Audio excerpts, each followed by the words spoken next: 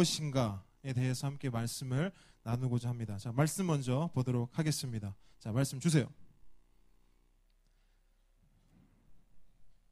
자, 한 목소리로 읽겠습니다. 우리 말씀이 길지 않으니까 낼 수 있는 가장 큰 목소리를 내야 돼요. 아시겠죠? 뭐야? 다시 한번 낼 수 있는 가장 큰 목소리를 내는 겁니다. 아시겠죠? 자, 좋습니다. 자, 말씀 읽겠습니다. 시작. 믿음은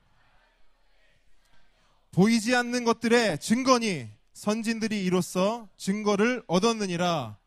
믿음으로 모든 세계가 하나님의 말씀으로 지어진 줄을 우리가 아나니 보이는 것은 나타난 것으로 말미암은 것이 아니니라. 아멘. 자, 반갑습니다. 목사님 알아요? 알죠?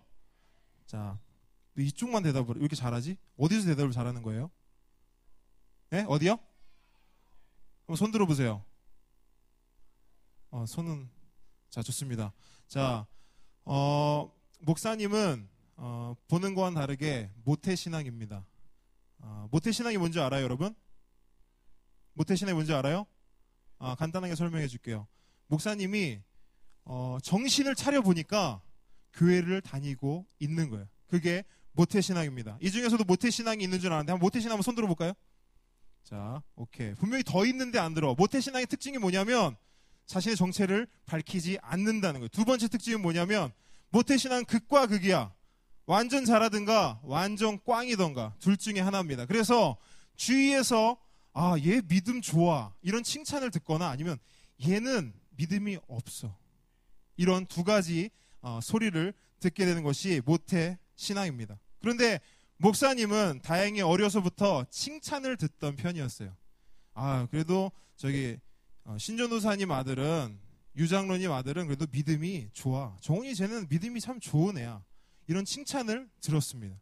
그런데 그런 칭찬을 들을 때마다 궁금했던 것이 있는데 그게 뭐냐면 도대체 나의 무엇을 보고 믿음이 좋다 하는가라는 것이죠. 그런데 지금 생각해 보니까 이런 거였어요.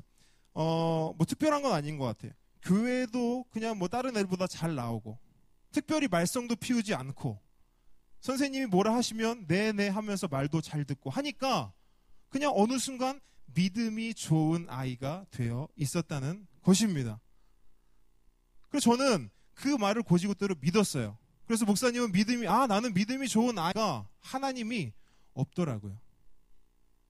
모태신앙, 어렸을 때부터 나의 어떤 의지가 있기 전부터 나는 교회를 다녔지만 어떤 상황이 닥치니까 그 믿음이 흔들리면서 하나님도 없더라고요.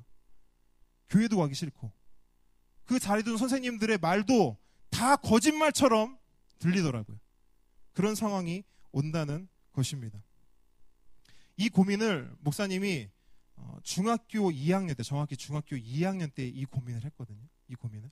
그래서 목사님이 우리 중등부 친구들에게 어떤 말씀을 전할까라고 고민하던 중에 이 중에서도 분명히 그런 고민을 목사님 했던 그 고민을 동일하게 하는 친구들이 있을 것 같아서 이 주제를 정했습니다. 그래서 우리는 앞으로 5주 동안 믿음에 대해서 말씀을 나눌 것입니다. 그래서 이 시간을 통해서 여러분들 믿음이란 거에 대한 바른 정립이 있기를 원합니다.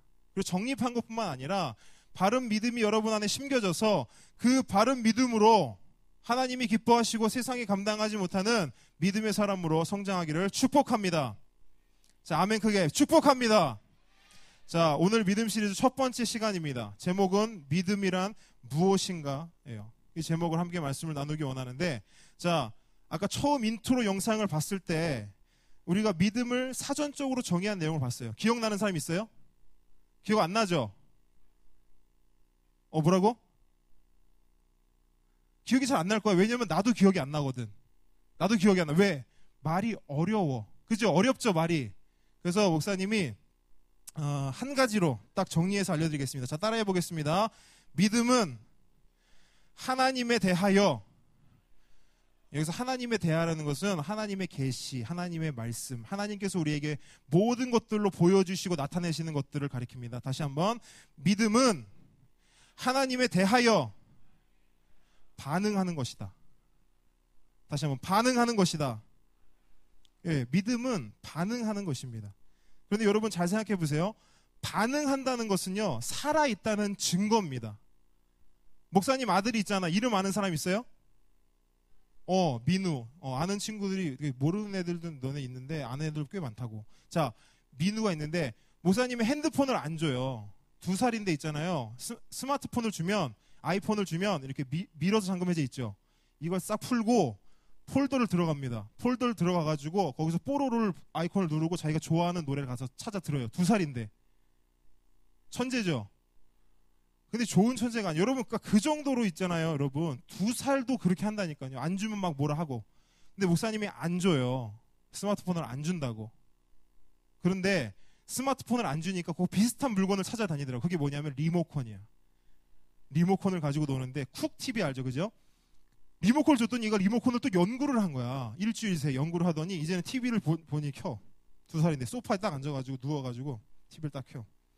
그리고 어린이 채널을 딱 찾아. 딱 놀랍죠? 놀랍죠? 근데 문제는 이거야. 그 리모컨을 그렇게 해놓고 그냥 방바닥 아무 데나 던져놓는다는 거야. 그럼 목사님이 이렇게 방에 가다가 뭐가 우악 와지끈하면은 뭐야? 뭘 밟은 거예요? 리모컨. 근데 놀라운 게 있어. 리모컨은 이 목사님이 이 덩치로 밟았으면 리모컨 어떻게 됐을까? 부상이야, 사망이야? 죽었어. 근데 찍소리 안 내더라고요.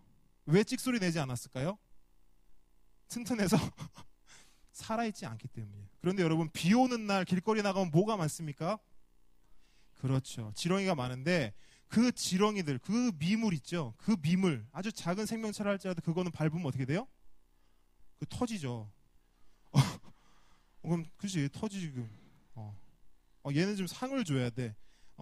터지죠. 근데 지렁이도 밟으면 뭐 한다 그래요? 꿈틀한다는 거예요. 반응한다는 거예요. 왜? 이유가 뭐야? 살아있기 때문에. 아무리 작은 지렁이라도 밟으면 생명이기 때문에 꿈틀한다는 것입니다. 그래서 여러분, 내가 믿음이 있는 사람인가 없는 사람인가 확인할 수 있는 방법이 있는데, 그거는 뭐냐면 하나님 말씀 앞에서 내가 꿈틀거리는가, 요걸 보면 알 수 있어요. 자, 지금 하나님의 말씀이 선포되어지고 있는데 이 선포되어지는 말씀 앞에 내가 꿈틀거리고 있는가. 몸을 비비꼬고 옆 친구하고 얘기하고 핸드폰 하라는 소리가 아니에요. 고개 숙이라는 얘기가 아니고, 이 말씀이 선포될 때 내가 하나님의 말씀 앞에 정직하게 직면하고 반응하는가, 꿈틀하는가, 그걸 보면 내 안에 믿음이 있는가 없는가를 알 수 있다는 것입니다. 여러분, 하나님께서 아브라함에게 이렇게 말씀하셨어요. 아브라함아, 가라, 이게 반응이에요. 반응. 하나님이 이 시간 여러분에게 부르시는 거예요. 누구야? 그러면 네. 이렇게 해라. 네. 반응하는 것. 여러분, 믿음은 바로 이것입니다. 자, 이 하나님께, 그 살아계신 하나님께 우리가 반응하는 것, 인격적으로 반응하는 것, 이것이 바로 믿음인데, 이 반응한다라는 이 반응이라는 단어를 머릿속에 딱 입력을 시키세요. 그리고 이제 오늘 본문 주제로 들어가겠습니다. 여러분, 오늘 우리가 읽은 이 본문 히브리서 11장, 이 말씀은 사람들이 믿음장이라고 부릅니다. 왜냐하면 성경 전체에서 믿음에 대해서 가장 잘 설명해 놓았기 때문입니다. 그래서 이 본문은 아예 어떻게 시작하냐면 11장은 믿음은 이렇게 시작해요. 이게 뭐예요? 내가 믿음에 대해서 이제 설명하겠다라는 거죠. 그 의도를 밝힌 것입니다. 그럼 이제 믿음이란 무엇인지 한번 보죠. 1절에 보니까 믿음은 뭐다? 바라는 것들의 실상이요, 보이지 않는 것들의 뭐다? 증거니. 자, 어때요? 믿음이 뭔지 알겠죠? 알겠어요? 난 처음에 목사님도 이 믿음장을 처음에 딱 봤을 때 도대체 믿음이 뭐라는 거야?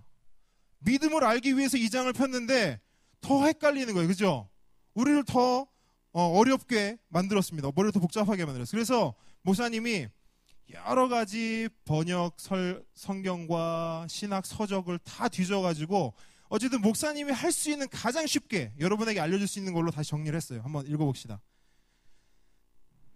자, 한번 네, 자, 요 다음 거.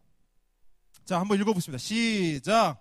믿음은 하나님의 약속을 성취하는 것이요, 보이지 않는 것들을 내 눈앞에 보이게 하는 것입니다. 여러분, 이 말이에요. 같은 말이거든요. 근데 목사님이 좀 쉽게 풀어 놓은 것입니다. 그래서 믿음은 하나님의 약속을 어떻게 하는 것이다? 성취가 뭐야? 그렇죠. 얻는 거. 나한테 확 끌어오는 거야. 하나님의 약속을 내가 확 붙잡는 거. 그게 뭐다? 그치. 그게 믿음이라는 거야. 자, 그리고 또 하나님의 그 보이지 않는 것들을 어떻게 하는 것이다? 보게 하는 것이다. 그렇다면 믿음은 이렇게 다시 정의할 수 있죠. 다시 따라해 보겠습니다. 믿음은 하나님의 약속에 반응하는 것이다. 믿음은 보이지 않는 것에 반응하는 것이다. 아시겠죠? 자, 보이지 않는 하나님에게 반응하는 것이 믿음이라 그랬어요. 자, 봅시다. 한번 이런 상황을 한번 떠올려 보세요. 다른 사람들은 다 못 봐. 자, 이 자리에 있는데 다른 사람들은 다 못 보는데 내 눈에만 뭐 시커멓게 보여. 시커먼 거 이게 보여. 목사님 고등학교 때 실제로 반에 그런 친구가 있었어요. 다른 사람 다 못 봐. 근데 그 친구는 자꾸 뭘 봐. 보인대. 야, 저기 사물함 뒤에 뭐가 있어. 대걸레밖에 더 있어. 아니래. 시커먼 게 있대. 그걸 혼자 보는 친구가 있어요. 그 친구들이 그 친구를 향해서 뭘 어떻게 했을까? 자, 손가락을 이렇게 해보세요. 그리고 귀에 갖다 대세요. 뒤로 돌려. 이렇게 했어. 자, 여러분, 다른 사람은 다 못 보는데 그거를 본다 하면 뭐라 그래요? 미쳤다 합니다. 사람들은. 그죠? 그런데 잘 보세요. 오늘 믿음. 자, 믿음을 가진 그리스도인들은 뭐다? 보이지 않는 걸 어떻게 한다? 보는 거라는 거예요. 그 믿음이.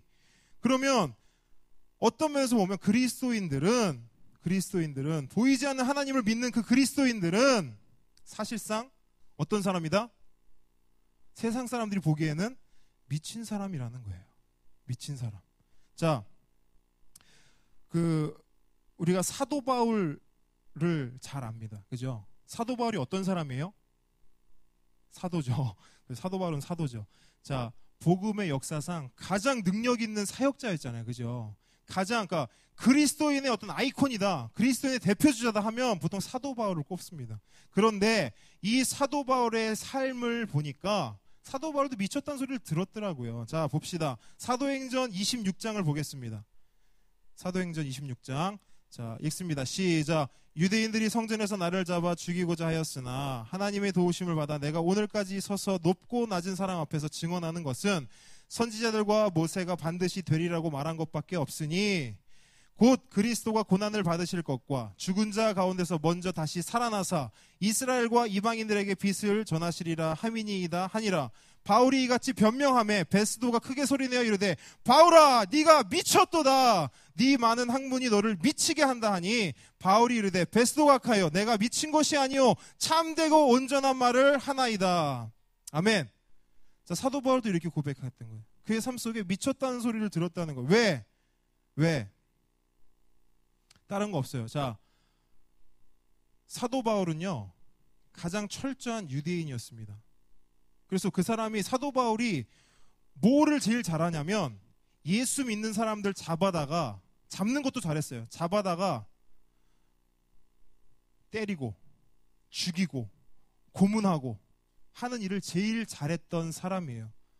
그런데 오늘 보니까 사도 바울이 완전히 바뀐 거예요. 오히려 그 예수님을 증거하고 다니는 거예요. 그러니까 이 베스도 총독이라는 사람이 말하는 겁니다. 야, 네가 미쳤어. 네가 미쳤구나. 근데 그 이유를 뭐라고 이야기해요? 야, 네가 그래 내 공부를 좀 덜 하라고 했잖아. 공부를 너무 많이 했어. 그래서 네가 미쳐버린 거야. 하지만 사도 바울은 공부를 많이 해서 미친 게 아니죠. 사도 바울이 미쳤다는 소리를 들은 이유는 딴 데 있습니다. 그것은 뭐냐면 다른 게 아니에요. 그 안에 믿음이 생겼기 때문입니다. 믿음을 가졌기 때문이에요. 그 믿음 때문에 다른 사람들은 보지 못하는 것들을 보는 거예요. 다른 사람들은 보지 못한 하나님을 보는 겁니다. 다른 사람들은 발견하지 못한 하나님의 약속을 발견한 거예요. 그 약속을 떠들고 다니고 전하고 다니니까 사람들은 그에게 미쳤다라고 이야기하는 겁니다. 사도 바울이 헛것을 보고 있어. 하지만 사도 바울은 고백합니다. No! 아닙니다. 저는 바르고 참된 진리를 말하는 것입니다. 내가 본 것을, 내 눈으로 똑똑히 본 것을 증거하는 것입니다. 여러분, 목사님이 20살 언저리에 노방 전도를 다니던 때가 있었어요. 한 1년 정도 기타를 딱 혼자 들고 나가가지고 기타를 치면서 노방 전도를 했던 적이 있어요. 근데 그때 만났던 아저씨가 있거든요. 그 아저씨는 늘 술에 취해 계세요. 왜 이상하게 내가 이렇게 노방 전도 나가면 그 아저씨는 항상 술에 취해서 나한테 와. 그래서 나한테 하는 말이 뭐냐면요, 이렇게 얘기합니다. 야, 하나님이 보이면 믿을게, 데리고 와. 이렇게 얘기해. 똑같이 매주 내 찬양 하나님 사랑 이렇게 하면, 야, 내가 보이면 믿을게, 데리고 와. 이렇게 얘기하는 거야. 자, 여러분 잘 보세요. 이 아저씨가 술에 취해서 이렇게 얘기하는 겁니까? 내가 보이면 믿을게, 술에 취해서 이야기하는 겁니까? 네. 술에 취해서 그런 담대함을 가지고 나처럼 덩치가 이렇게 큰데 와가지고 꼬장을 부리는 거죠, 말 그대로. 그런데 여러분 잘 생각해 보세요. 여러분 주위에 정신이 멀쩡해, 맨정신이야, 평범한 사람이야. 근데 그 사람들이 뭐라 그러는지 아세요? 하나님 안 보여. 무슨 보이지도 않는 하나님을 믿냐? 자, 여러분들은 어떻습니까? 여러분들 이렇게 멀쩡해 보이죠? 한 명 한 명 만나가지고 딱 얘기해보면, 물어보면, 목사님 사실은 하나님이 보이지가 않으니까 믿을 수가 없어요. 이렇게 이야기하는 친구들을 너무 많이 만났습니다. 여러분, 예수님의 제자 중에 도마라는 사람이 있어요. 도마 어떤 사람입니까? 도마. 그렇지. 그 도마 말고 뭐 이런 거에 웃냐? 자, 예수님의 제자 중에 도마라는 제자가 있는데, 이 도마는 의심이 많은 제자였어요. 믿음이 없는 제자였어요. 그래서 얼마나 의심이 많았던지 이 도마를 주제로 찬양까지 만들어줬다니까. 찬양까지. 이런 찬양이 있어요. 의심 많은 도마에게 뭐지 하시고, 이런 찬양이 있어요. 선생님들 아시죠? 자, 의심 많은, 이게 거의 뭐 전국 전 세계적으로 다 이 찬양을 고백해요. 의심 많은 도마. 평생 도마는 아마 그 스트레스를 너무 많이 받았을 거예요. 그래서 의심 많은 도마가, 도마하면 의심 많은 사람이에요. 그 정도로 의심이 많았던 사람인데 왜 그런 낙인이 찍혔냐? 자, 예수님이 돌아가셨어요. 제자들이 뿔뿔이 흩어졌습니다. 그런데 몇몇 제자가 예수님을 목격했어요. 부활하신 예수님을 목격했단 말이에요. 그 부활하신 예수님을 도마에게 가서 전했습니다. 야, 도마야, 예수님이 살아나셨어. 부활하셨어. 근데 도마가 뭐라 그래요? 무슨 소리야? 죽으신 분이 어떻게 살아나? 야, 내 눈으로 직접 보기 전까지는 난 못 믿어. 보기 전까지는 못 믿어. 근데 여러분, 예수님의 타이밍이 기가 막힙니다. 그때 벽을 뚫고 나죠. 예수님이 나타나셨어. 그러니 도마야, 내 손을 한번 찔러봐라. 찔러봐. 옆구리 해봐라. 도마가 본고로 믿었어요. 주저앉았어요. 하나님 죄송합니다. 그랬더니 예수님이 그 도마에게 뭐라 했냐면 이렇게 했어요. 한번 따라해 봅시다. 너는 나를 본고로 믿느냐? 보지 못하고 믿는 자는 복되도다. 보지 않고 믿는 자는 복되다라고 예수님께서 말씀하셨어요. 이 말씀이 무엇을 의미합니까? 보이지 않는 하나님의 계시와 말씀에, 하나님의 나타나심에 반응하는 사람은 어떻다? 복된 사람이라는 것입니다. 즉, 믿음은 그 자체로 축복입니다. 할렐루야. 다른 것이 축복이 아니에요. 여러분, 하나님 나를 축복해 주세요. 다른 것이 축복이 아닙니다. 믿음을 얻는 것이 축복입니다. 따라하겠습니다. 믿음은 축복이다. 그래서 여러분, 그 믿음이 우리 안에 축복으로 싹 자리 잡으면 그 믿음이 우리의 삶의 중심축이 됩니다. 그래서 믿음이 우리 안에 잘 뿌리 내리고 있으면 환난이 오고 고난이 오고 어려움이 와도 우리는 물러서지 않아요. 오직 전진이에요. 전진 또 전진할 수 있는 힘이 생기는 겁니다. 그래서 나의 내일이, 나의 앞날이, 나의 앞길이 희미하게 보일 때도 믿음은 그 길을 아주 분명하게 드러냅니다. 하나님의 약속이 너무 멀리 있는 것처럼 느껴져요. 내가 매일매일 기도해. 새벽에도 기도하고, 점심에도 기도하고, 저녁에도 기도하고, 수요일 날도 나와서 기도하고, 금식하면서 기도하고, 모든 순간에 하나님 도와주세요, 하나님 이거 해주세요, 하나님의 약속을 이뤄주세요 기도하는데도 그 약속이 저 멀리에 있는 것 같은 거야. 그래서 포기하고 싶을 때, 믿음은 그때 어떤 역할을 하느냐? 그 약속을 손을 뻗어 딱 잡아가지고 내 눈은 바로 앞에 딱 갖다 놓는 것. 여러분, 그게 믿음입니다. 그게 믿음의 축복이고 믿음의 능력입니다. 이 믿음을 갖게 되는 저와 여러분 되기를 소원합니다. 자, 그럼 믿음으로 한 걸음만 더 나아가 보십시다. 자, 한 번만 더 따라해 볼게요. 여러분이 지금 집중을 안 하는 것 같아서 그래. 자, 맨 앞자리에서 핸드폰 하는 거 좀 그렇다. 그치? 오케이. 설교 적고 있는 거지? 오케이, 마저 적어. 괜찮아. 마저 적고. 자, 따라해 봅시다. 믿음은 늘 순종과 함께 한다. 믿음과 순종은 분리할 수 없다. 그래서 여러분, 믿음은 반응이라 그랬어요. 그죠? 믿음은 반응이고 하나님에 대한 반응인데 그 반응에는 필연적으로 늘 따라다니는 것이 있는데 그것은 뭐냐? 따라해봅시다. 순종. 자, 여러 말씀에 기록된 내용들을 보고 목사님이 교회 안에서 이렇게 자라나면서 보니까 이 믿음에는요, 두 가지, 보통 종류가 두 가지 정도가 있는 것 같은데요. 첫 번째는 이겁니다. 첫 번째는 학습된 믿음이 있어요. 학습된 믿음. 그 두 번째는 경험된 믿음이 있습니다. 학습된 믿음이란 무엇이냐? 목사님과 같이 이렇게 모태신앙, 그러니까 전체 모태신앙이 그렇다는 아니고 모태신앙이 그렇게 될 가능성이 높다는 것을 말씀드리는 겁니다. 목사님처럼 이렇게 모태신앙이거나 아니면 썬데이 크리스천, 그러니까 주일날만 그리스도인, 성도인, 그러니까 교회만 왔다 갔다 하는 그런 사람들의 믿음이 학습된 믿음일 가능성이 매우 높습니다. 여러분, 모태신앙은요, 교회와 교회 문화에 대해서 굉장히 익숙합니다. 그래서 어떤 것들이 하나님의 말씀이 선포되고 예배할 때 반응은 잘해요.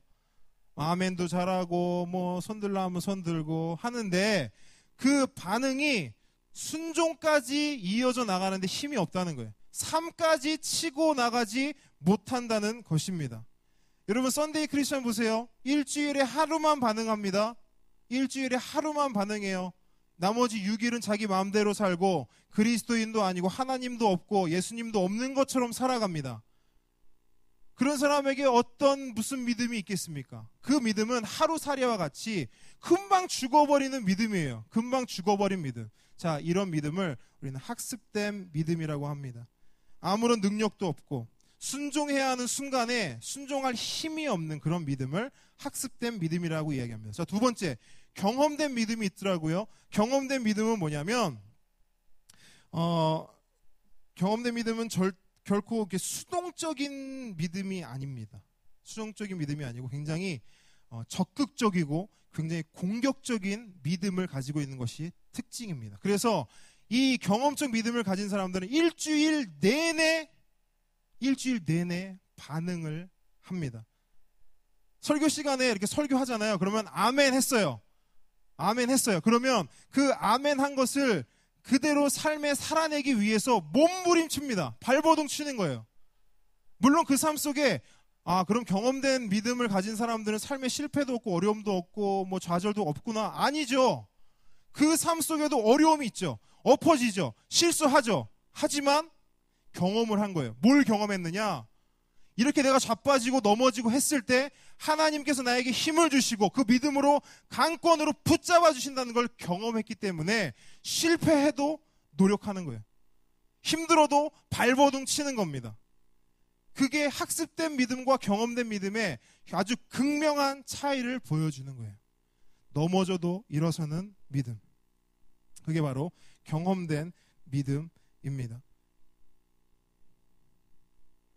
그래서 목사님은 그 경험된 믿음을 가진 사람들을 가리켜서 이렇게 말하고 싶어요. 따라해 봅시다. 올데이 크리스천.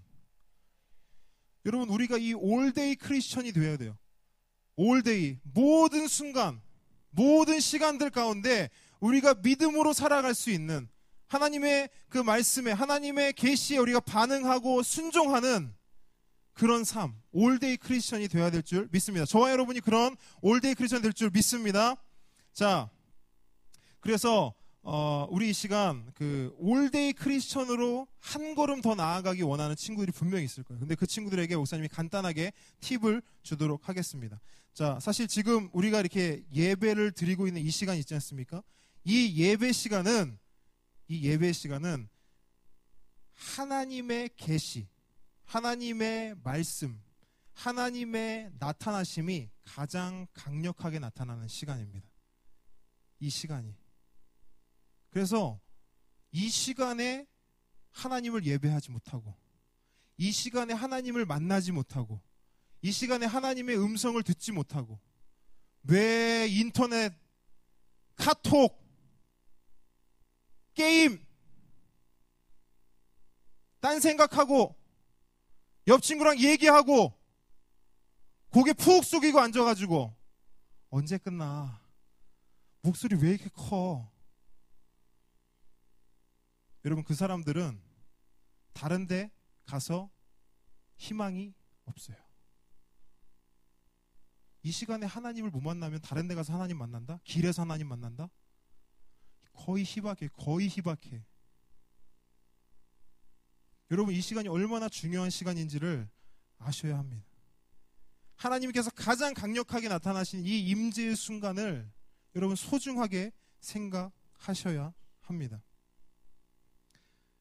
그래서 여러분 이렇게 생각하시면 돼요. 내가 이렇게 예배를 드려도 별로 잘 모르겠다. 반응이 안 된다. 찬양도 좀 별론 것 같고, 설교도 좀 별론 것 같고, 난 예배를 좀 별론데? 여러분, 믿음이 별로입니다. 아시겠습니까?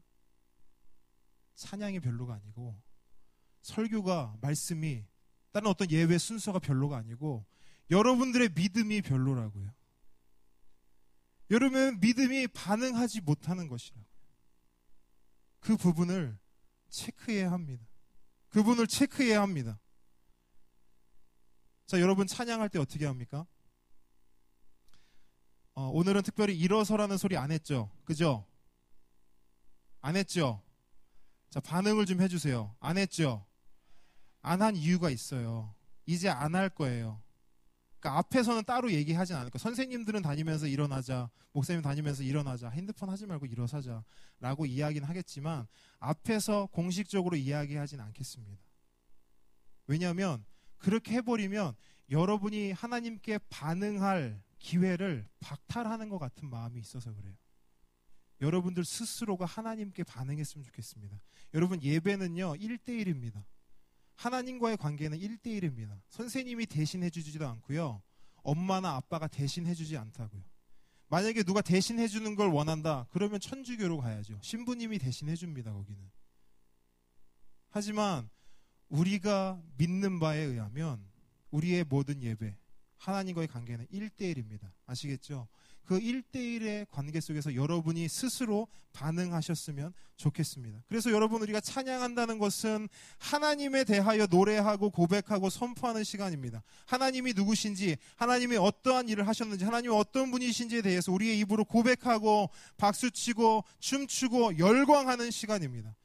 어떻게 보면 가장 강력하게 우리를 반응하는, 하나님께 반응하는 시간인 것이죠.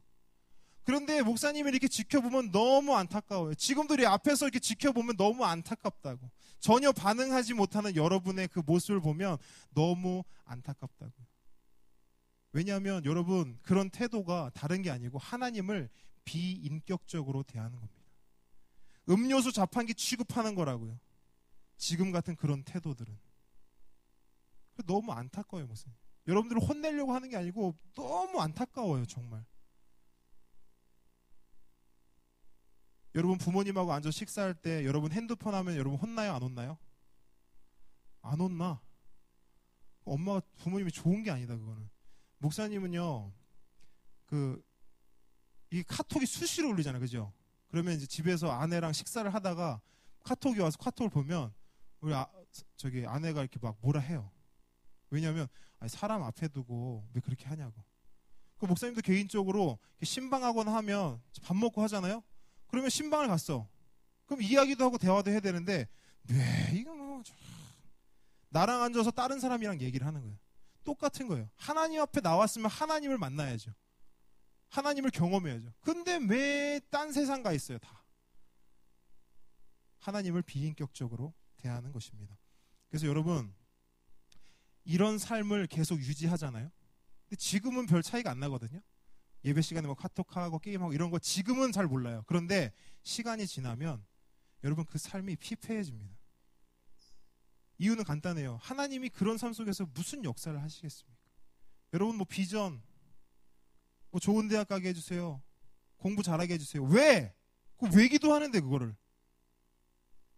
예배 시간 하나 제대로 드리지 못하는데 그거 왜 기도합니까? 여러분 예배 시간에 집중해서 30분, 1시간 그것도 집중해서 하나님께 집중 못하는데 그런 사람에게 비전을 주면 어떻게 합니까? 그 사람에게 지혜를 줘서 성적을 좋게 하면 어떻게 합니까? 그런 사람이 좋은 대학 가면 어떻게 합니까? 나라 말아먹게요? 하나님의 이름 더럽히게요? 유명해져서 수없이 봤잖아요. 뉴스를 통해서. 하나님 믿는 사람들 때문에 얼마나 우리가 욕을 먹고 있습니까? 여러분 예배가 실패하면 다 실패하는 겁니다. 따라해 보겠습니다. 예배가 실패하면 다 실패하는 것이다. 여러분 뭐 다른 부분 많이 있는데 다 생략하겠습니다. 여러분 헌금 찬양과 더불어서 우리가 하나님 반응하는 가장 중요한 시간입니다. 가장 중요한 시간이에요. 여러분 헌금에 대해서 오해하는 친구들이 있는데 헌금은 하나님이 여러분 주머니 털어가지고 삥 뜯는 게 아니에요. 이걸 분명히 아셔야 합니다. 헌금은 뭐냐? 하나님께서 우리에게 주신 모든 것을 감사하는 반응이에요. 믿음의 행위라고요. 믿음의 표현이라고요. 아시겠습니까? 그러니까 이런 거예요. 마치 하나님, 내가 가진 모든 것들 하나님께서 주셨습니다. 그것들에 내가 감사하고 그것들을 인정하는 마음에서 내가 이 작은 나의 중심을 모아서 하나님께 드립니다. 받아 주십시오. 이게 헌금이라는 거예요. 그래서 어떤 목사님은 이렇게 얘기했습니다. 당신이 회개했습니까? 당신이 진짜 그리스도인입니까? 당신이 진짜 회개했다면 당신의 지갑을 여십시오. 당신의 지갑이 열리지 않는 회개는 나는 인정할 수 없습니다. 하나님도 인정하지 않을 것입니다. 여러분 믿음의 행위라고요. 바뀌었다는 증거라고요. 여러분 하나님은 거지가 아닙니다. 헌금 다 모아서 보면 10원짜리 나올 때도 있어요. 수두룩해. 어떤 때는 쓰레기도 들어가 있어요. 쓰레기가 나온다고. 헌금 바구니에서.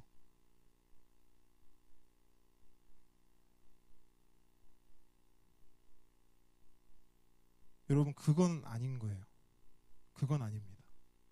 여러분 예배가 실패하면 다 실패하는 거예요. 예배가 실패하면 다른 거 다 성공해도 그 인생은 실패한 인생이에요. 이걸 기억하십시오. 헌금 드릴 때 두 손으로 잘 준비해서 드리십시오. 헌금 바구니 멀리 있다고 동전, 지폐 구겨가지고 집어서 던져놓습니까? 그건 거지한테 하는 거죠. 하나님이 거지예요? 여러분은 거지를 믿고 있습니까? 여러분이 하나님을 믿는 만큼 그에 합당한 반응을 하시기 바랍니다. 정성스럽게 준비하세요. 목사님이 좀 민감한 부분이기 때문에 좀 열을 냈습니다. 이해를 좀 해주세요. 말씀을 정리하겠습니다. 오늘 좀 길었습니다. 첫 설교다 보니까 목사님이 좀 욕심을 냈네요. 자, 믿음은요 절대로 그냥 반응해서 끝나지 않습니다. 아까 서두에 말했던 것처럼 아브라함이 대답했고 갔습니다. 마찬가지예요. 믿음은 우리가 반응했다면 그 반응한 것을 삶으로 연결해서 나아가야 합니다. 그게 어떤 믿음이라고 했습니까? 학습된 믿음이 아니고 크게 경험된 믿음이라고 했습니다. 그 경험된 믿음을 가져야 우리가 올데이 크리스천이 될 수 있습니다. 여러분 믿음은 교회 30년 다녔다고 저절로 생기는 것이 아닙니다. 믿음의 깊이는 순종의 깊이와 동일합니다. 교회를 1년 다녔다 할지라도 그 사람이 하나님의 말씀에 순종하고 하나님의 말씀에 반응하고 하나님의 말씀하신 대로 살아간다면 그 사람은 좋은 믿음을 소유한 사람입니다. 하지만 교회를 30년을 다녔건 40년을 다녔건 직분을 가졌건 그 사람의 삶 속에 하나님의 말씀에 하나님께서 보여주시는 모든 것들에 반응이 없고 순종이 없다? 학습된 믿음인 거죠. 반응하지 않는 믿음, 리모컨 같은 믿음. 우리의 믿음의 선배들 2절에 보니까 선진들이 이로써 증거를 얻었느니라 라고 기록이 되어 있어요. 여기서 증거라 함은 이제 원어적으로 보면 인정이라는 단어로 대체할 수 있습니다. 그래서 선진들이 이로써 인정을 받았다라고 할 수 있어요. 여러분, 그 믿음의 선배들 쭉 기록되어 있어요. 밑에 히브리서 11장 밑에 쭉 보면 아벨, 에녹, 노아, 아브라함 이런 사람들 쭉 기록되어 있습니다. 근데 그 사람들의 모든 삶을 정리해서 딱 내놓았는데 다른 거 기록 안 해놓았더라고요. 그냥 믿음으로 살았다. 믿음으로 살았다. 이렇게 기록이 되어 있어요. 그 사람들의 삶 속에 허물이 없을까요? 연약함이 없을까요? 있죠. 있습니다. 우리와 똑같이 매일매일 넘어지고 죄 짓고 힘들어하고 똑같습니다. 그런데 하나님께서 뭐라 약속하셨냐면 히브리서 10장에 보니까 너의 허물과 죄를 기억하지 않겠다. 왜? 믿음 때문에. 자, 믿음의 선진들을 보십시오. 믿음만 있으면 하나님께서 너의 죄와 허물을 묻지 않겠다 말씀하시는 겁니다. 믿음은 그런 능력이 있는 거예요. 그래서 믿음은 어제에 관한 것이 아니에요. 물론 어제를 포함하지만 믿음은 철저히 내일적인 겁니다. 종말적인 것이요, 마지막을 향해 있는 것입니다. 예수 그리스도가 오시는 그 날을 향해 있는 것이 바로 믿음입니다. 이 믿음을 가지고 여러분 한 주간 살아가셨으면 좋겠습니다. 이 믿음을 구하는 한 주간 되었으면 좋겠습니다. 자, 기말고사 이제 이번 주에 본다. 손 들어봅시다. 기말고사 다 봤다. 한번 손 들어봅시다. 다 봤어요?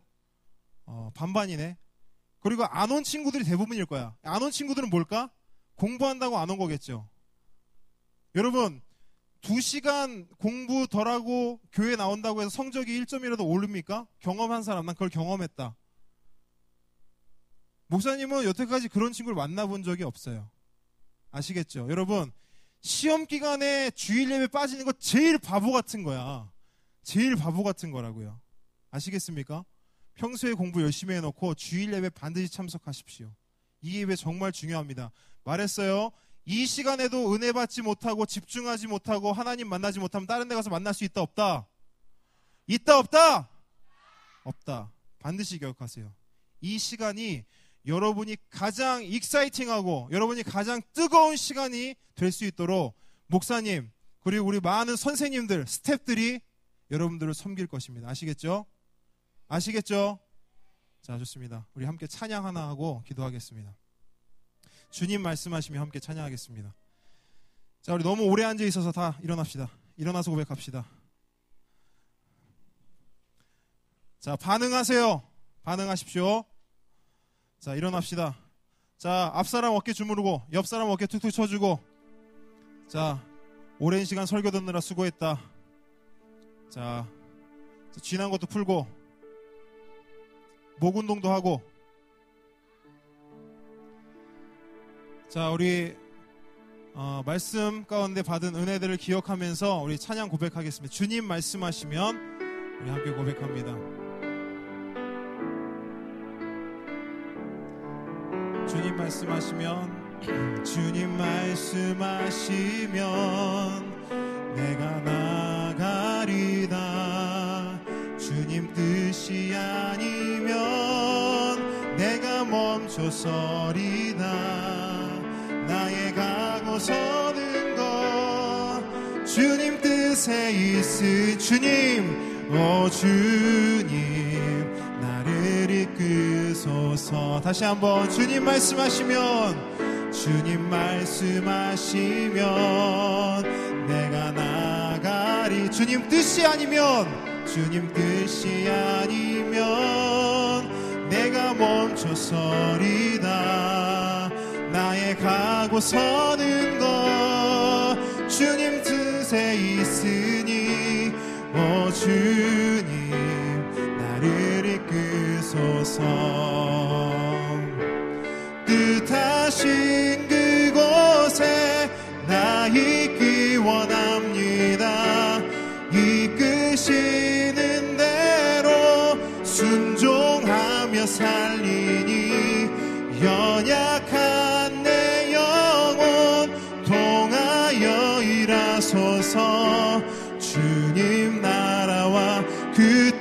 뜻을 위하여 뜻하신 그곳에 나 있기 원합니다. 이끄시는 대로 순종하며 살리니 연약한 내 영혼 통하여 일하소서. 주님 나라와 그 뜻을 위하여 오 주님 나를 이끄소서. 오 주님 나를 이끄소서. 오 주님 나를 이끄소서. 자, 두 손을 모으겠습니다. 이 찬양의 고백을 여러분 삶 속에 꽉 움켜 잡으세요. 꽉 움켜 잡으시고, 자, 그 두 손을 모아서 기도합니다. 하나님, 우리가 이제 세상 가운데로 나아갑니다. 우리 친구들이 학교로, 가정으로 나아갑니다. 하나님, 오늘 주신 이 말씀, 믿음이란 무엇인가? 믿음이 하나님께 반응하는 것이고 순종하는 것이다라는 것을 분명히 기억함으로써 하나님, 우리 친구들 그 삶을 아름답게 잘 감당할 수 있도록 주여 역사하여 주시옵소서. 우리 친구들 연약합니다. 부족합니다. 하지만 하나님, 믿음의 선배들도, 믿음의 선질들도 연약하지 않았습니까? 그럼에도 불구하고 하나님께서 믿음을 선물로 주셔서 그 믿음으로 모든 허물과 죄를 덮어주시고 그 믿음의 삶을 축복하셨던 것을 우리가 기억합니다. 그 말씀을 붙잡고 나아갑니다. 우리 친구들에게 그 축복을 허락하여 주시옵소서. 믿음을 붙잡을 수 있는 축복을 허락하여 주시옵소서.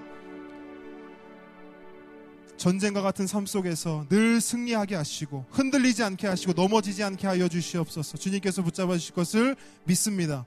주 예수 그리스도의 은혜와 하나님의 사랑과 성령의 교통하심이 전쟁과 같은 삶 가운데서 하나님의 사람이 되기 위하여서, 또한 하나님의 그 선물로 주신 믿음을 붙잡기 위하여서 발버둥 치고 그 믿음으로 살아내기 위해서 그 삶을 헌신하고 노력하는 모든 주의 자녀들에게 지금으로부터 영원까지 함께 있을지어다.